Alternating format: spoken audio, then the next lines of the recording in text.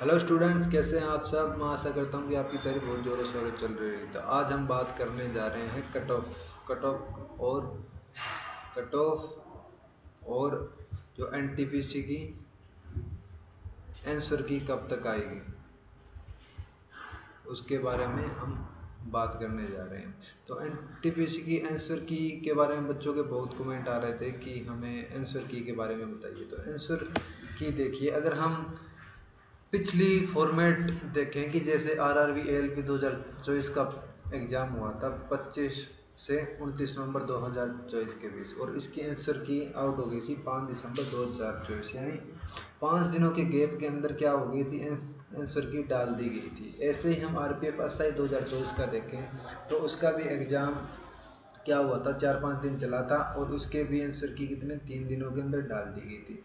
ऐसे ही सभी एग्ज़ाम की अगर हम देखें तो आरआरबी जेई का 4 दिन चला था और 4 दिन के अंदर आंसर की डाल दी गई। इसका 2 दिन चला था और इसका 5 दिन के अंदर डाल दी गई। यानी इससे हम क्या देख सकते हैं, इससे हम ये देख सकते हैं जो आंसर की रिलीज हो रही है ना हमारी, वो जैसे 5-6 दिन के गैप के अंदर ही क्या रिलीज कर दी जा रही है। एनटीपीसी के अंदर थोड़ा सा 6 से 7 दिन लग सकते हैं, क्योंकि एनटीपीसी का जो एग्ज़ाम हुआ है उसके अंदर क्या है, वो 15 से 20 दिन के बीच में चला था। तो उसका आंसर की 6 या 7 दिन में आ सकते हैं, या 5 से 6 दिन के अंदर भी आ सकते हैं। यानी हमारा एग्ज़ाम था वो 24 जून को क्या हुआ था, समाप्त हुआ था। और अब क्या है, हम ये सोच सकते हैं कि अगर 1 जुलाई और 2 जुलाई तक क्या इसकी आंसर की आउट हो सकती है।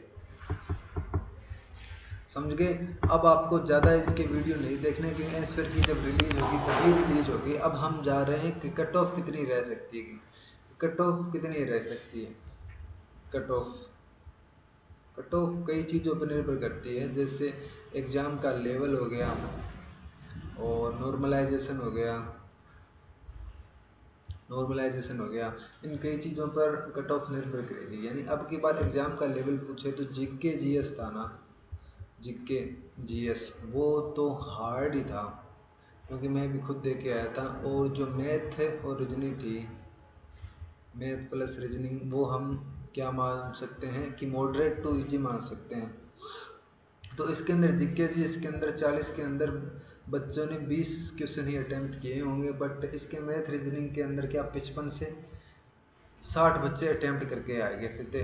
तो अगर हम टोटल जोड़ें तो बच्चों का अटैम्प्ट हुए थे 70 से 80 के बीच बच्चों ने सारे अटैम्प्ट किए थे। हमें पता है कि लगभग सभी की एक्यूरेसी है ना, वो 100% नहीं होती है। तो इसके अंदर 5-10 क्वेश्चन गलत भी हो जाते हैं। तो मान के चलें तो 65 से 70 के बीच के अंदर ही हमारे क्या नंबर बचते हैं। एवरेज स्टूडेंट के नंबर इतने ही बचते हैं हमारे पास। तो पिछली कट ऑफ के देखें तो पिछली जो एनटीपीसी का एग्ज़ाम हुआ था 2019 वाला, उसके अंदर क्या था, इजी था वो एग्ज़ाम का लेवल। और अब की बार क्या क्या था, मॉडरेट टू हार्ड लेवल था।